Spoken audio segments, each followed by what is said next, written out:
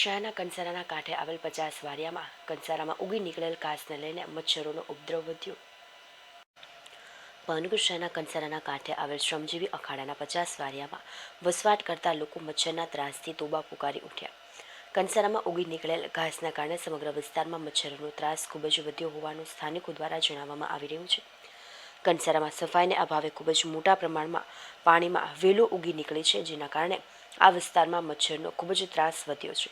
ત્યારે સ્થાનિક લોકો મીડિયા સમક્ષ રજૂઆત કરવામાં આવી કે તંત્ર દ્વારા તાત્કાલિક કંસારામાં સફાઈ કરી આ ઉગી નીકળેલ વેલુને હટાવવામાં આવે. આ વેલના કારણે મચ્છરોનો ત્રાસ ખૂબ જ વધારે જોવા મળી રહ્યો હોવાનું સ્થાનિકો દ્વારા જણાવવામાં આવ્યું હતું.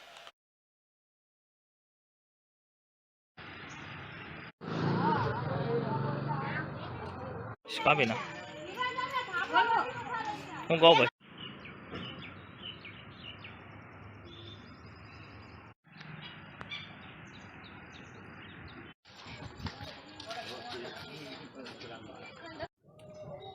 ઓકે, પેલા તમારું નામ? ચંપક કાનજીભાઈ મકવાણા, કયો વિસ્તાર છે? 50 વારિયા કંસારાના કાંઠે. શું પ્રોબ્લેમ છે? અત્યારે મચ્છરનો એટલો ત્રાસ છે ને કે એની કોઈ સીમા નહીં. કહારાની અંદર વહેલું જે ઉગી છે એની અંદર સવારે પાછા બધા વૈયા જાય ને રાતના દી હાથમાં નહીં થાય એટલું બધું નીકળે ને કે એની કોઈ સીમા નહીં. તો માણસોને તો જાગરણ જ કરવાનું છે. સાંભળી લેજો, રાતનું જાગરણ જ કરવાનું છે ને દિવસનો ધંધો કરવો કે શું કરવું એ અમે નથી આની અંદર કરી શકતા. હો રાઈટ. પેલા તમારો પરિચય. ઓકે, તમારું નામ? ગોપાલભાઈ નામ છે મારું. 50 વારિયામાં તકલીફ છે. લીંબડીયું ચામુંડા મોટર કરેલો રસ્તો નાળા પાસે ત્યાં તકલીફ છે. મચ્છરની ફૂલ આ કંસારાનો કાંઠો છે, ત્યાં સાફ સફાઈ થતી નથી ને એટલા બધા મચ્છર છે, કોઈ બહાર નીકળી નથી શકતું. એનું કંઈક ધ્યાન દે તો સારું છે. કોઈ કંઈ ધ્યાન દેતું નથી.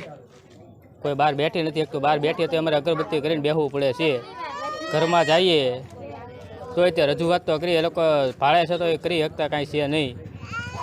એનું લોકો કંઈક નિરાકરણ લાવે તો સારું કહેવાય. માંદા છોકરાઓ પડે છે. ઘરની બહાર છોકરાઓને હાલના નીકળવું હોય તો નીકળી ન હોય. નાના નાનાને મચ્છર કરડે તો આપણે તો ઘરમાં જ રાખવા પડે ને. છોકરાઓ ઘરમાં રહી શકતા નથી.